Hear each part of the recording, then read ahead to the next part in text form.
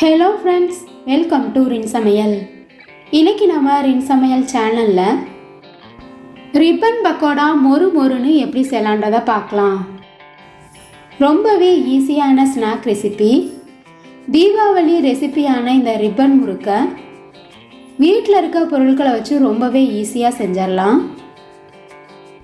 இந்த ரிப்பன் பக்கோடாவை ஓலை பக்கோடா, ரிப்பன் முறுக்கு, சீவல் அப்படின்னு கூட சொல்லுவாங்க.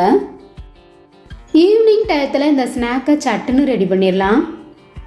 ரின்சமையல் சேனலை சப்ஸ்கிரைப் பண்ணிக்கோங்க.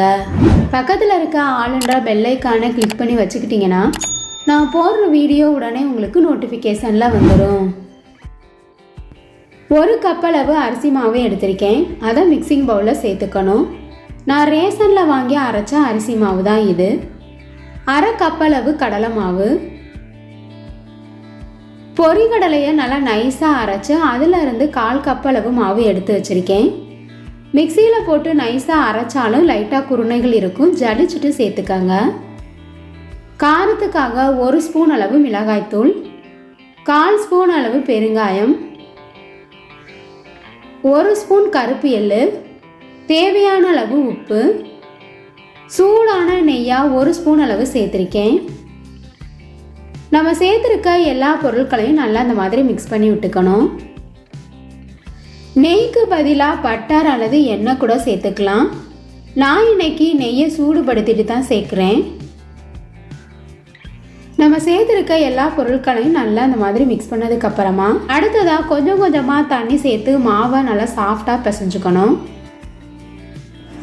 சாஃப்டாக பிசைஞ்சுக்கிட்டா தான் பிழியறதுக்கு ஈஸியாக இருக்கும்.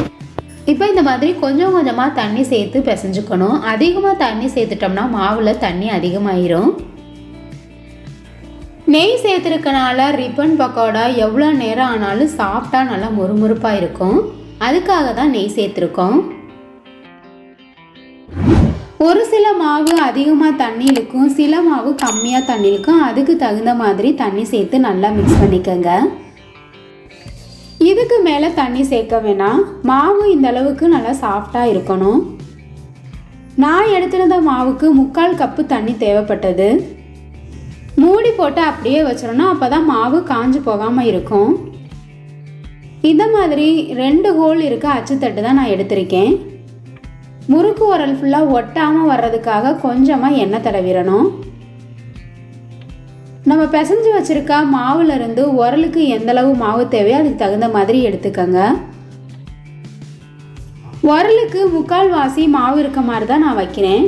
அப்போ தான் நமக்கு பிழியறதுக்கு ஈஸியாக இருக்கும். இப்போ இந்த மாதிரி மாவை வச்சதுக்கப்புறமா கேப் இல்லாமல் நல்லா திணிச்சு விட்றணும். பிழியும் போது மாவு ஈஸியாக வெளியில் வருதான்னு செக் பண்ணிக்கலாம். அடுத்ததாக பொரிக்கிறதுக்கு ஒரு கடாயில் தேவையான அளவு எண்ணெய் சேர்த்துக்கங்க. எண்ணெய் நல்லா சூடானதுக்கு அப்புறமா ரிப்பன் பக்கோடாவை பிழிஞ்சு விட்டுட்டு கட் பண்ணி எண்ணெயில் போட்டுருங்க. கடாய்க்கு தகுந்த மாதிரி கொஞ்சம் கொஞ்சமாக போட்டு பொரிச்சு எடுத்துக்கலாம். எண்ணெயில் பிழிஞ்சு விட்டதுக்கு அப்புறமா நல்லா நுர வரும். உடனே கலந்து விட்டோம் அப்படின்னா உடஞ்சிரும். லைட்டாக வெந்ததுக்கு அப்புறமா கலந்து விட்டுடலாம். அடுப்பை மீடியம் ஃப்ளேம்லேயே வச்சுக்கோங்க. அப்போ தான் நமக்கு நல்லா உள்ளுக்குள்ளெல்லாம் வெந்து ஒரே மாதிரி கலர் மாறி வரும். எண்ணெயிலேருந்து நுர வரதெல்லாம் குறைஞ்சதுக்கப்புறமா வெளியில் எடுத்துடலாம். மொறுன்னு ரிப்பன் பக்கோடா ரெடி ஆயிடுச்சு. பெரிய முறுக்கு போல் சுட்டுட்டும் அதுக்கப்புறமா பக்கோடாவை உடச்சிக்கலாம். எந்த கப்பில் அரிசி மாவு அளந்து எடுக்கிறீங்களோ அதே கப்பில் எல்லா பொருட்களையும் அளந்து எடுத்திங்கன்னா ரிப்பன் பக்கோடா நமக்கு மொறுன்னு நல்லா வரும். இந்த மாதிரி பெரிய முறுக்கா சுடுறது ரொம்பவே ஈஸியாக இருக்கும். இன்ஸ்டன்டான ரிப்பன் முறுக்கு மொறுன்னு ரெடி ஆயிடுச்சு. வெளியில் எடுத்துடலாம். இந்த ஈஸியான ஈவினிங் டைம் ஸ்நாக் ரெசிபியை நீங்களும் ட்ரை பண்ணி பாருங்கள். ரிப்பன் முறுக்கு உங்களுக்கு பிடிச்சிருந்ததுன்னா ரின்சமையல் சேனலை சப்ஸ்கிரைப் பண்ணிக்கோங்க ஃப்ரெண்ட்ஸ்.